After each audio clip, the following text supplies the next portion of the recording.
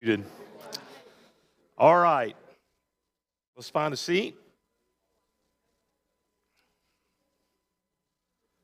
Who are my mic runners besides Sam? I got Sam and I got Dave. Okay. Dave, just stay close to Brandon. That's the talking about communication.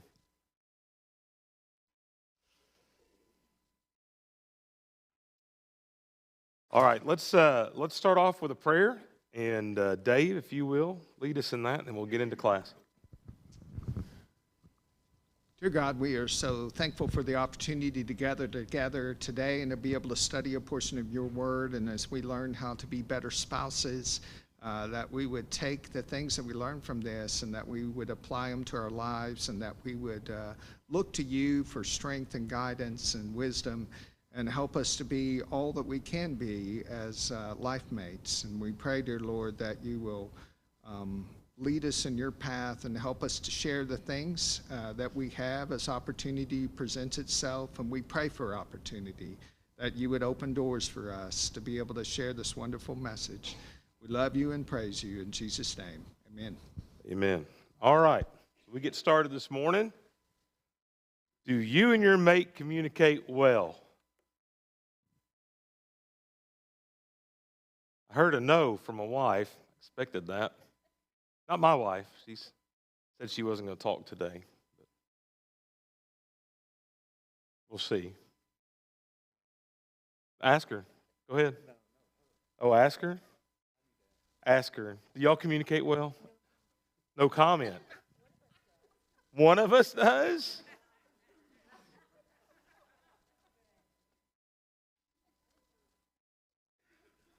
That may depend on your definition of communication. In Chuck's defense, listening is communication, not just talking. Oh, that's the problem. Okay. Got to be able to hear. There was a guy in Memphis that he couldn't hear out of one ear, and he made sure his wife was always on that side. That's a true story, by the way. Do you communicate well? Who says yes? Who said well? Oh, yeah. You say no. Dave, hand the mic to Curtis. There's always room for improvement. Okay. True. That's not what we asked. That's impressive, though. Your wife's not even in here to impress. That was good. You've been trained well. Pass the mic over to Brandon. I mean, I got to follow up on this. Ashley just leaned over and said, "I told you not to say anything." Yeah. Ashley come on said, now. "Don't embarrass me today." I've been with him so long. Don't I deserve Wait a that? minute. I don't know that he can embarrass you anymore, right? I mean, as long as y'all been together. No, please don't test the limits. That's a challenge, Brandon. Let's go. I'm not going to do that. We communicate better at certain times. I don't think either one of us listens very well to each other. We hear what we want to hear, and when we do communicate, sometimes it's loudly. The neighbors. Yeah, we're good at that. Volume is excellent. Okay. Yes, yeah, we're both type A, personalities. We both expect to win. We both expect to be right all the time. If we did something, we obviously did it for a reason, and we wouldn't change it. Unfortunately, sometimes that, conflicts in that I do it right my way and she does it right her way. And so, yeah, do we communicate? I don't know about that. Well, no. The answer's no. The answer's no. Ashley just wants you to get rid of the mic. That's all she cares about right now. Yeah, Megan, talk. He's not here, so really let it go. Let it go. And then we'll have him watch the live stream later. So communication for me, when I was growing up, my parents, they would fight, then they would be mad at each other for like 2 weeks, and then they all of a sudden everything was okay. Like I never saw them really communicate. So that's how it worked for all of us. Well, I married Scott. And I remember being in the car with him and being so mad at him that I was going to just open the door and get out while we were driving. Like, I was so mad. But I didn't know why. I couldn't even tell him why I was so mad because I didn't really know. I just knew I was mad, you know. Because he was breathing still. Yes. So I would say communication is something you have to learn. Yeah. You have to practice, and you have to learn from your mate how to best do that, because I needed time to think about what was wrong with me because I was so mad I couldn't even think about what was wrong with me. But by the time when I finally figured it out and we could talk about it, it helped. But it did not come natural for me at all, and I just knew I was mad, you know. It's funny because we have some good friends. They live in Georgia now. Billy and Vanessa. I don't care if they hear this because they'll laugh about it. Vanessa grew up. Her parents are now divorced. A lot of fighting. Kind of, you know, yelling, screaming. And if you know Billy, Billy's just kind of like laid back. And so she told us one time, she said, I'll be so mad and I'll come in. We're going to, I'm just letting him have it. And he'll say, okay, good night. And he'll roll over. She said, it just made me madder. Because he wouldn't fight back. And, you know, years later, she's like, that's what I needed. Is somebody who broke that cycle for me. You said we have to learn how to communicate. We do learn how to communicate. It just may be that we learn the wrong way to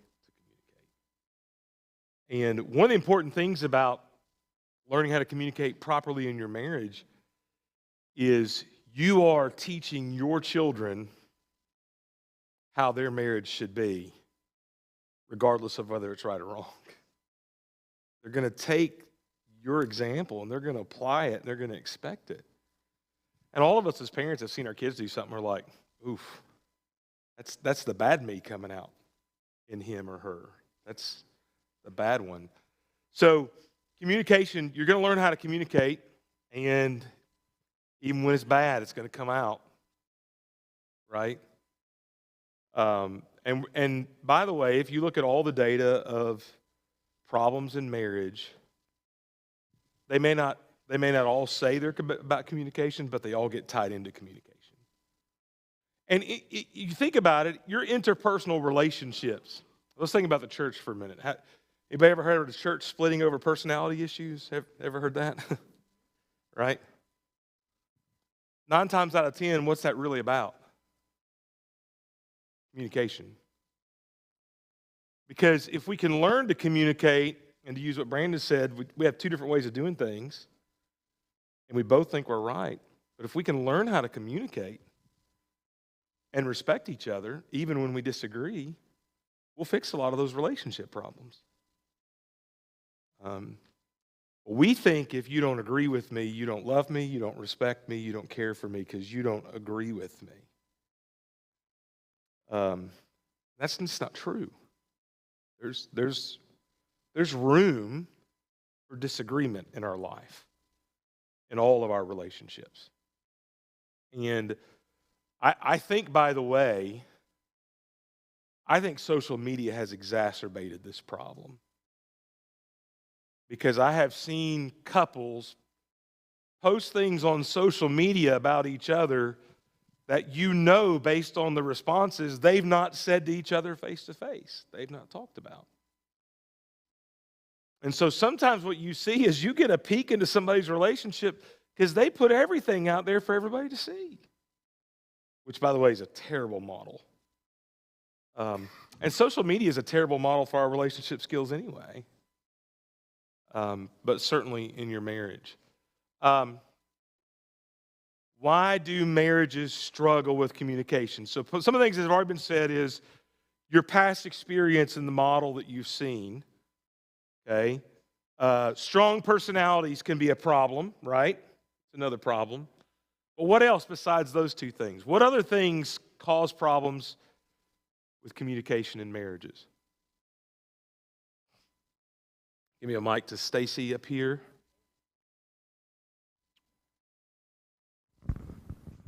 just that men and women are so different, and our expectations with communication are very different. Yes.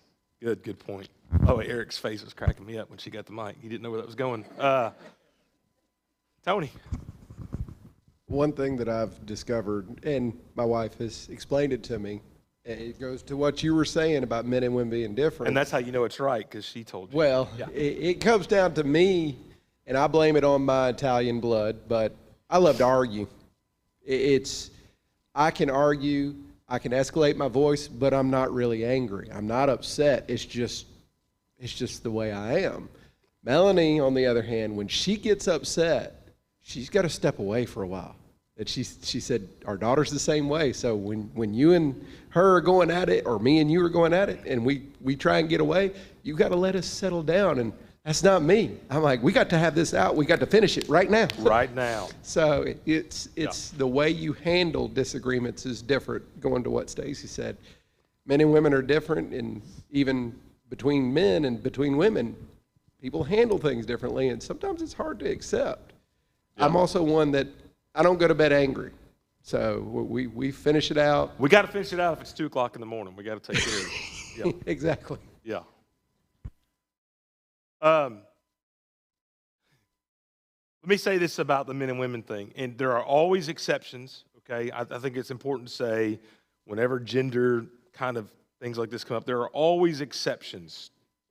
But the general rule is that we communicate very differently. You've heard me talk about a book called Men Are Waffles, Women Are Spaghetti, and how that's a picture to describe the way we think, which is then what in turn produces our communication skills.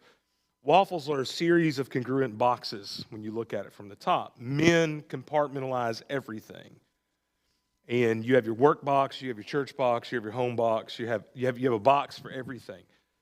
Men, always exceptions, but generally speaking, when men come home from work, what is the last thing they want to talk about? Why?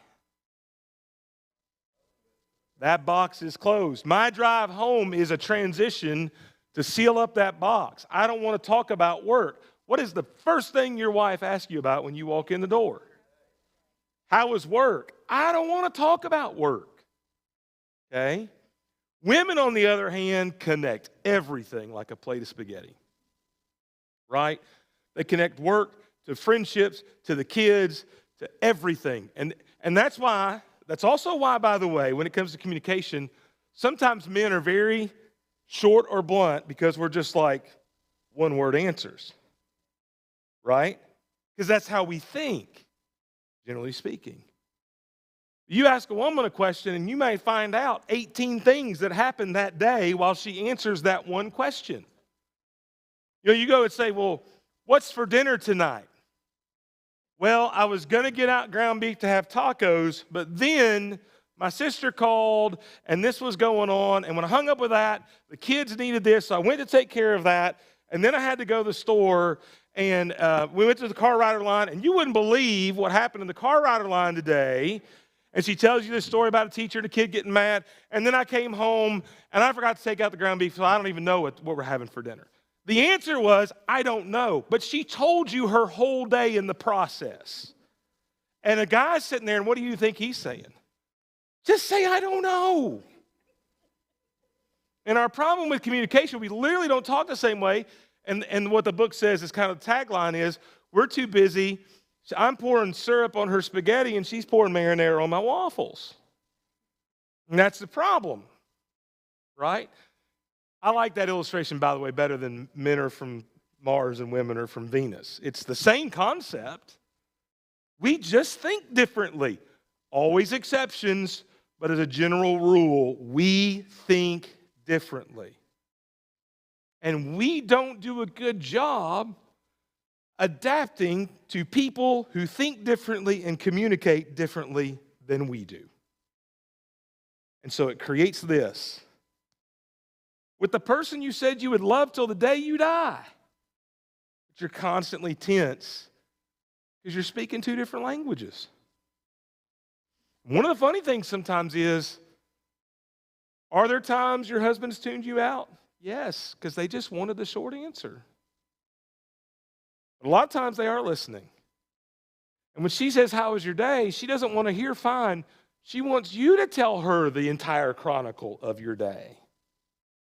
Right? If you want to really set your wife on edge, come home and just be like, you won't believe what happened today. Start from the moment you left and just do it all. And she's going to sit there, and then she's like, oh, you had a really hard day.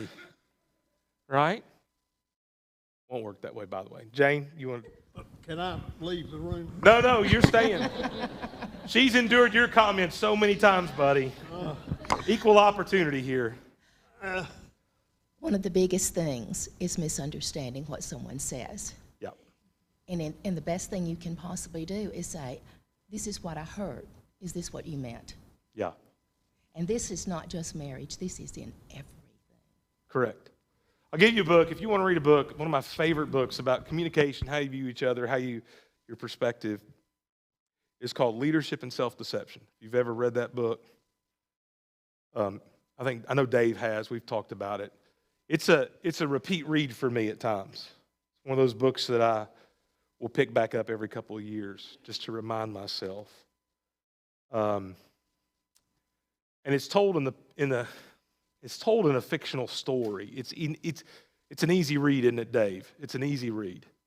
Peyton's read it. I made Peyton read it.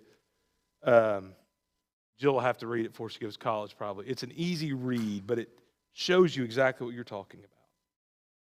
And one of our problems here as well. Let's look at some passages. Let's turn to Ephesians 4. There's a lot of passages here. Ephesians 4. Sam, just hand that mic to Jared. He's going to read it from Ephesians 4 for us. Just going to volunteer you, Jared. You're right there next to the mic.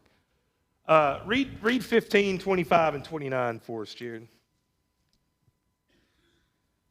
But speaking the truth in love may grow up in all things into him who is the head, Christ. 25. Therefore, putting away lying, let each one of you speak truth with his neighbor, for we are members of one another. And then 29. Let no corrupt word proceed out of your mouth, but what is good for necessary edification, that it may impart grace to the hearers. All right, so what are some things we learned there in those three passages about communication, about how you speak? Truth. What kind of truth? Truth and love. Because you ever heard somebody say something really hateful and they go, but it was true, right? Maybe true. That doesn't mean it needs to be said that way. Truth and love. There should not be any dishonesty. By the way, when is it the most? When are we most likely to be dishonest in our marriage?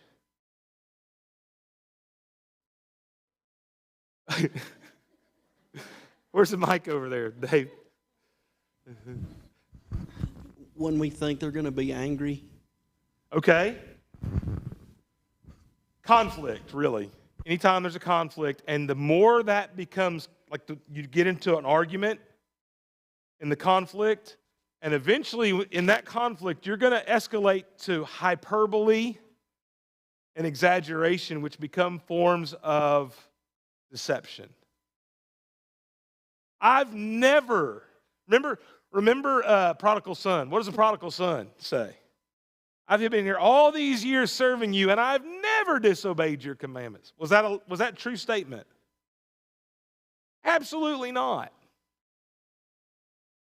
But in his effort to defend himself, he escalates to the point of hyperbole to make a statement to make himself look better.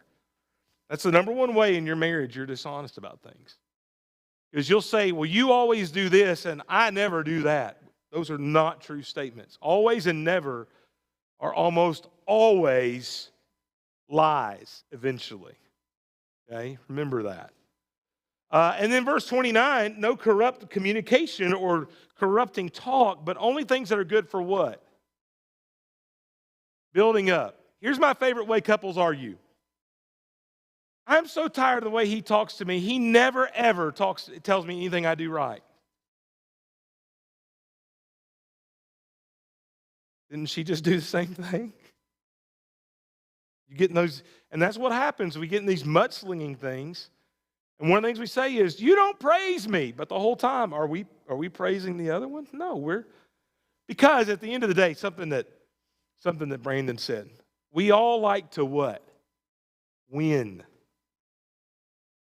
In the moment that any discussion becomes an argument where there will be a win-loss record attributed to it, the discussion has no more value. Did you hear that? Why is that? Because if you get in the mode where you're going to win, you no longer care about truth. You no longer care about even building up the other person. This applies to any relationship. You're going to, because when it really comes down to, I'm going to win this argument, what we really mean is I'm going to win this argument at all cost, including the scorched earth approach of the person that I love sitting next to me, that I vowed to take care of, and better or for worse, for the rest of my life until one of us dies. I'm going to win at her expense. You ever done that? You ever done that? I've done that. You know, there's a word for that. Sin. That's what that is. That's sin. Okay? Can't be that way. Let's go to Proverbs 15. Proverbs 15.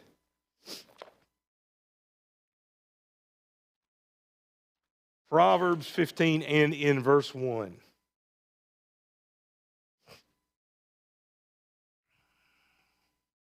Sam, you got that? I see you look at your phone. Read that for us.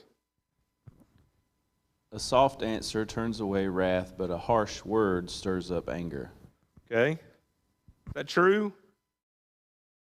Absolutely. Soft answers. Is it hard in the heat of the moment to give a soft answer? Let's look at James 1:19. Anybody know that top of your head? Dave? Know this, my beloved brothers, let every person be quick to hear, slow to speak, slow to anger. How hard is that? Why is that hard? Why is that hard? Pride? Okay. Why is pride involved in a disagreement or a discussion with your bride? Hard to admit you're wrong. Goes back to what we said earlier, right? I got to win. I got to win. I'm right. I'm right. When you get in that mode, you're already angry. You're already talking a lot. And the one thing you're not doing is what? Listening. That passage, there's a couple passages that we don't apply to marriage. That's one of them. The other one is Philippians 2, 3, and 4. Let nothing be done but selfish ambition or conceit, but esteem others more highly than yourself. If you go into your marriage and you commit to putting their needs above yours, trying to let them win instead of you is what that means. See how that works? And to listen more, talk less, and get angry less. Would your marriage be better if you just took those two passages and applied them to your marriage? And by the way, what I mean by that is actually live them. Right? And those passages apply to every relationship. This is where, we're talking about marriage, but at the end of the day, we're talking about relationships. You could take a lot of the things that we say, especially in this class, there'll be classes that's not true, and apply that to any relationship, and it's going to hold true. At work, in your community, at church, anytime that you're talking, there's disagreements, these things are still going to apply.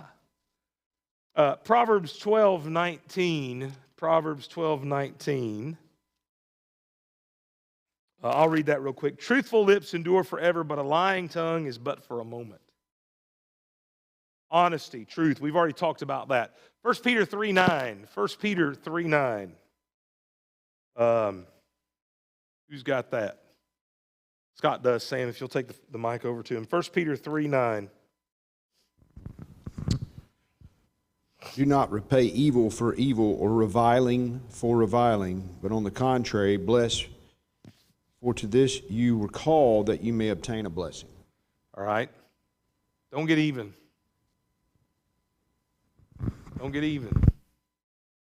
That goes back to the winning thing, right? Goes back to the winning thing. James 5:19. James 5:19. Probably just a page or two back in your Bible there. Who has that? You got it, Peyton? Dave, hand the mic up to Peyton. James 5:19. My brothers, if anyone among you wanders back from the truth, or wanders from the truth, and someone brings him back. Okay. What would that have to do with this? That was an odd passage. What's your thought? Scott? Let me get this. Sam, get Scott. You thought he meant 9? He might have.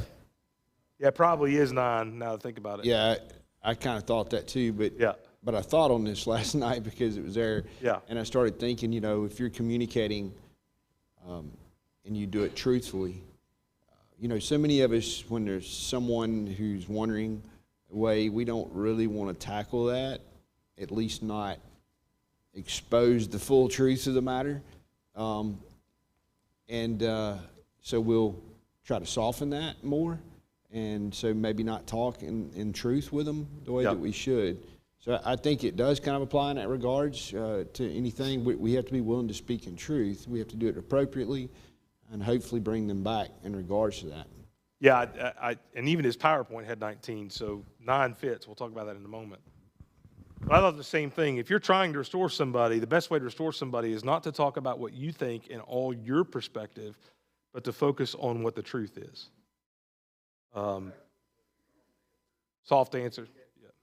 Yeah, with grace. 9 says there, and it does fit better, do not grumble against one another so you might be judged. Behold, the judge is standing at the door. That's probably it. Don't complain. Don't grumble. Listen, and I mentioned this earlier.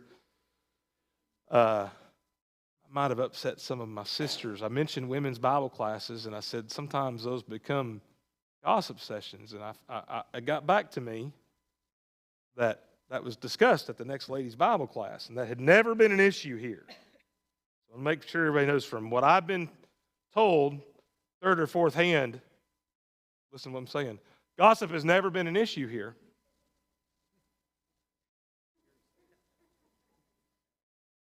And the point of that was, I'm not saying that happens every time.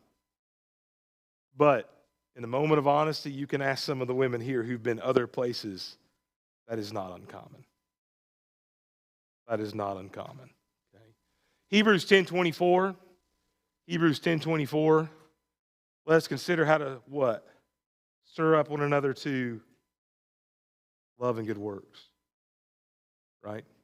In your marriage, I mean, think about this, how contradictory it is to our approach. In your marriage, your responsibility to your mate is to stimulate them to love and good works. It is not to win the argument. Those are opposite things, aren't they? And I think it's kind of important. Those are some great passages to think about. We don't have the time, I don't think. Well, let's do James 3. Yeah, go to James 3. We may not read all of it, but James 3 is powerful text about the tongue.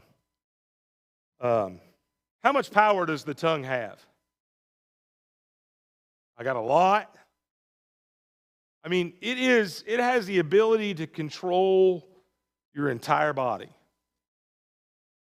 And I think that's important. In the first section here, he uses those examples of the bit and the rudder and how this small thing has so much power over a much larger part of the unit it's a part of. But in verse 5, just the second part, how great a forest is set ablaze by such a small fire. And the tongue is a fire, a world of unrighteousness. The tongue is set among our members, staining the whole body, setting on fire the entire course of life, set on fire by hell. I mean, how much power of destruction does the tongue have according to this passage? Destroy everything. We were raised being told sticks and stones will break my bones, but words will never hurt you. That's a lie. The reality is you will heal, especially in your marriage, you would heal from a broken bone probably faster than some words. And so you have to be very careful about what you say. We're going to skip that one. Here's the big deal. We need to talk about this for a minute. Anybody ever said, well, I already know what she's going to say. Or I already know what he's going to say.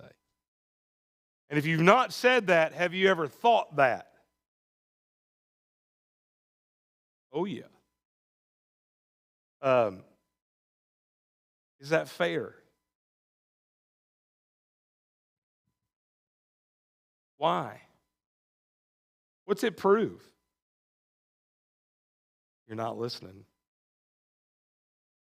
When you get to the point that the discussion has become an argument, a debate, whatever synonym you want to use, but to be one, what do we start doing when it comes to the interaction with each other?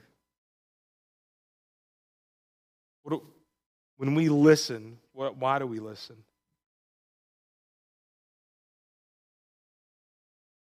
To respond.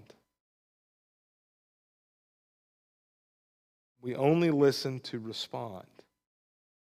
Do not listen to hear what is being said. What do I mean by that? Curtis has his hand up again. Dave, I'll just let Curtis hold on to it here.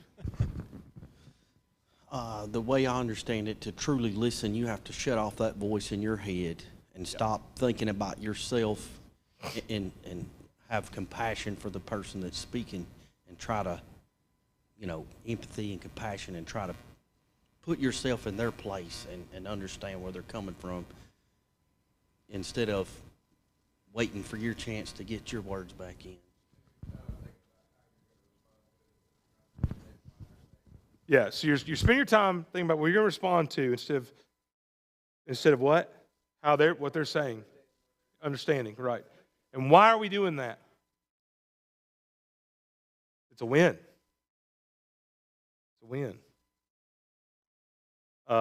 The other problem is we get so passionate, so escalated, that if we feel like that if we don't respond immediately when there's an opening, we're not going to get to respond, right? So we have to be thinking, like, we don't like pregnant pauses in discussions. Somebody's always going to be talking.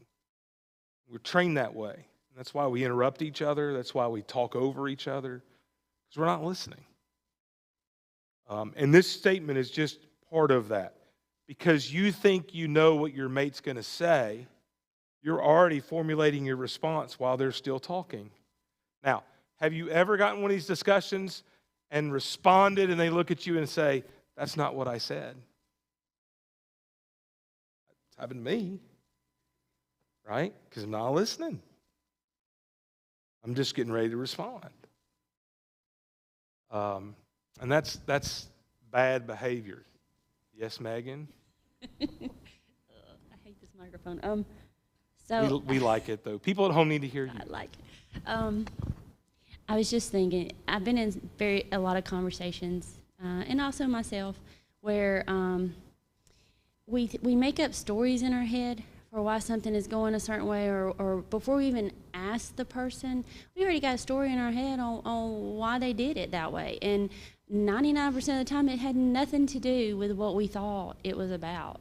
And so I think number one communication is when you have something that is bothering you or you think something is happening a certain way, you need to go straight to that person. You need to talk to them and just see where they're coming from. Because a lot of times if you sit and think about it for forever without talking to them, you're going to make up all kinds of stuff in your head on why they did it. And you're going to be really upset before you even talk to them.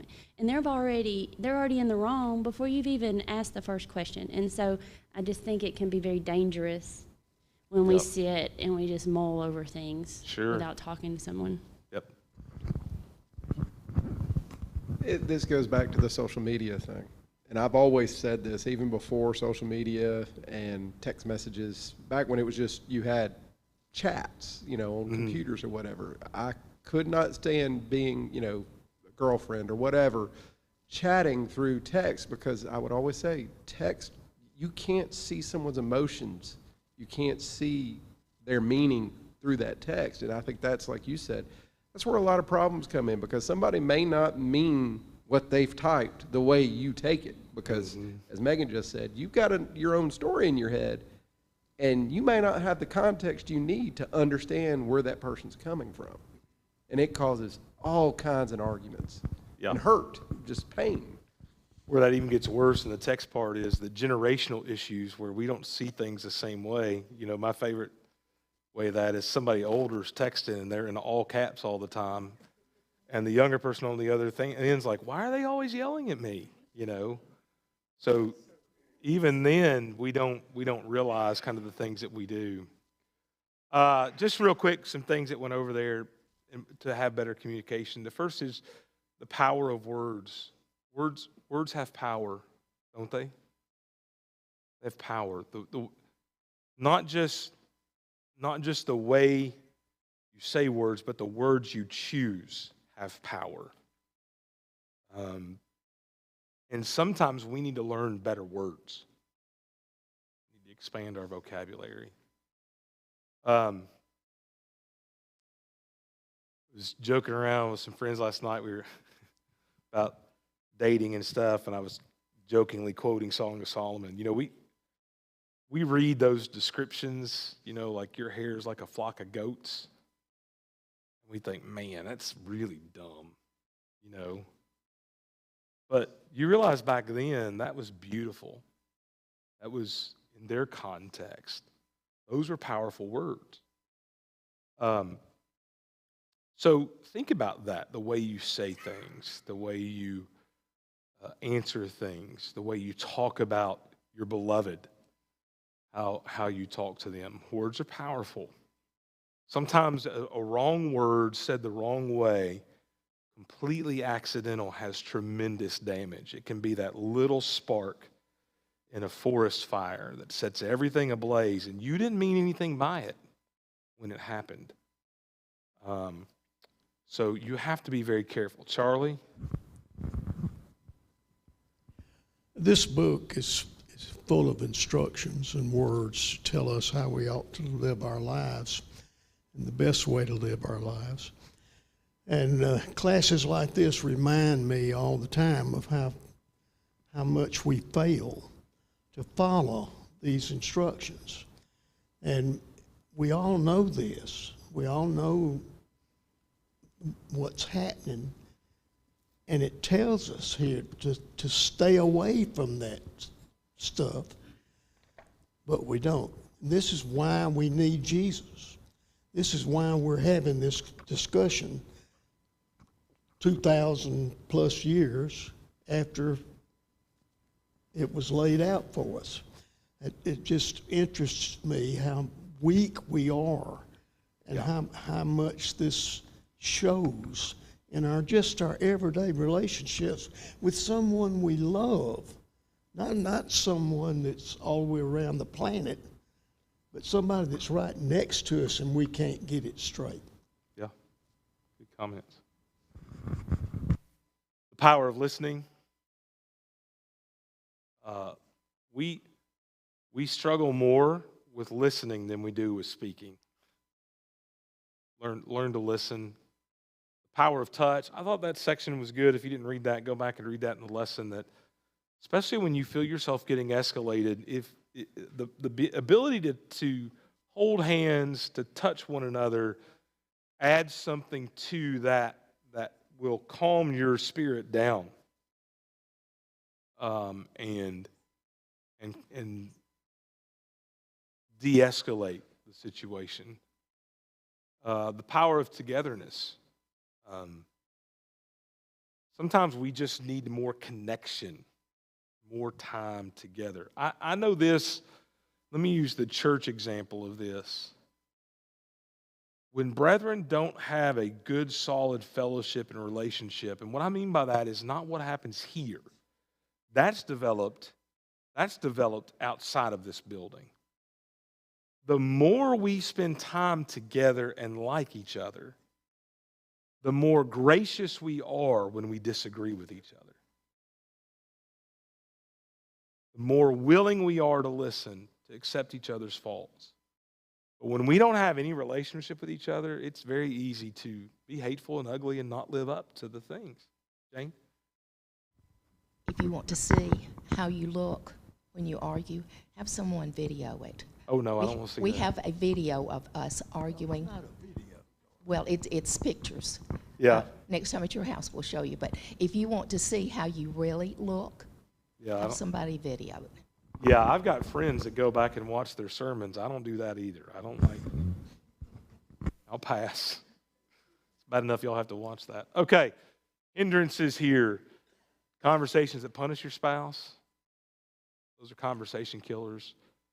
Or that force your way. Or that are one-sided. Dwell on the past. Are not honest. You know what I thought about when I saw this list? We only got about 3 minutes. Everything on that is a direct contradiction to what Paul said love was like in 1 Corinthians 13. I mean, everything on that list, you can almost go to 1 Corinthians 13. If we had time, we would. And you can find direct statements. Love does not speak evil. Right? Well, is that contradicted on that list? Yeah. Everything on there is contradicted by what love really is. When you do these things, you don't love the person you're doing them to. I think that's important to point out. I'm going to open the floor for closing comments, but I thought this was great. The most important 10 minutes of your day, you saw this in the book, are the last 5 minutes before you leave each other and the first 5 minutes when you come back together again. Now, the 5 minutes before you leave each other, I think for at least us, is probably easier than those first 5 minutes back. That's when I can tell you that so often the differences in men and women are really, really evident. When my wife was staying home with the kids and then now she teaches, she's not had adult conversation for the most part all day long, okay? I come home and what does she crave? And not just adult conversation, but conversation with me. Now, that's what she wants. Guys, what do I want when I get home from work? I want 30 minutes of leave me alone. Because, and this is actually, they've done studies about this, okay? I don't have the sources for them, but what that's really about is that's the transition period of closing the box for work and then settling into the compartmentalization of home. And I just need that time. I just want to sit down, maybe turn on the TV, not think, not be asked questions, not have to deal with anything. I just need that time, right? And so what happens is we both have opposite expectations here, and we're both fighting for what we want. I'm not saying the first 5 minutes that you walk in the door, guys, has to be 5 solid minutes of conversation. But you need to understand, more than likely, your wife is craving a connection, a reconnection with you the minute you walk in the door. And you have to determine in that moment who you love more, yourself or her.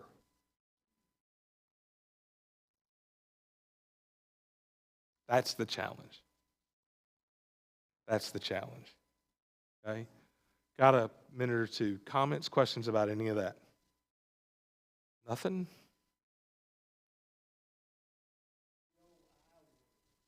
I word, which I? Oh, okay. I didn't know. There's a lot of words that. Yeah, I want. It's what I want. Yep. Yep. Anybody else? Jared.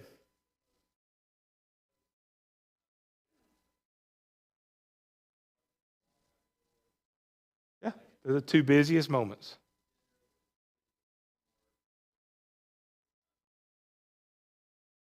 That is true. That is true. And that just comes down to, honestly, we know this, just comes down to prioritizing that in that moment that's already busy and hectic, she's what's important in those 5 minutes. That's the hard part. Brandon? And what Jared said, I'm wore out too. I mean, it's the time where, I mean, we don't see each other in the morning. We see each other for the first time, and we get home from work. Yeah. Your schedule flows. I know Brandon leaves early, right? You leave before her? No, she is earlier than me now. Okay. I mean, it's so. Yeah, I mean, going opposite directions. We pass each other on the road essentially, or I mean, it's very, very hard. You know, I guess you just have to prioritize each other to do these things. Yeah.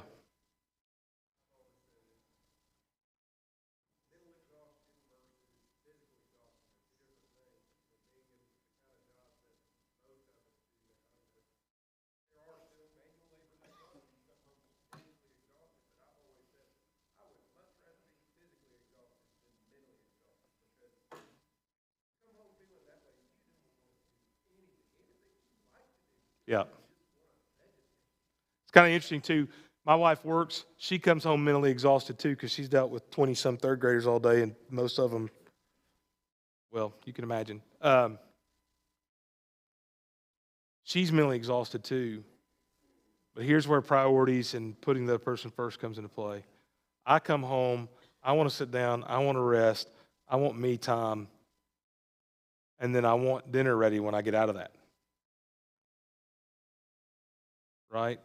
There's this, sometimes I know I'm mentally exhausted.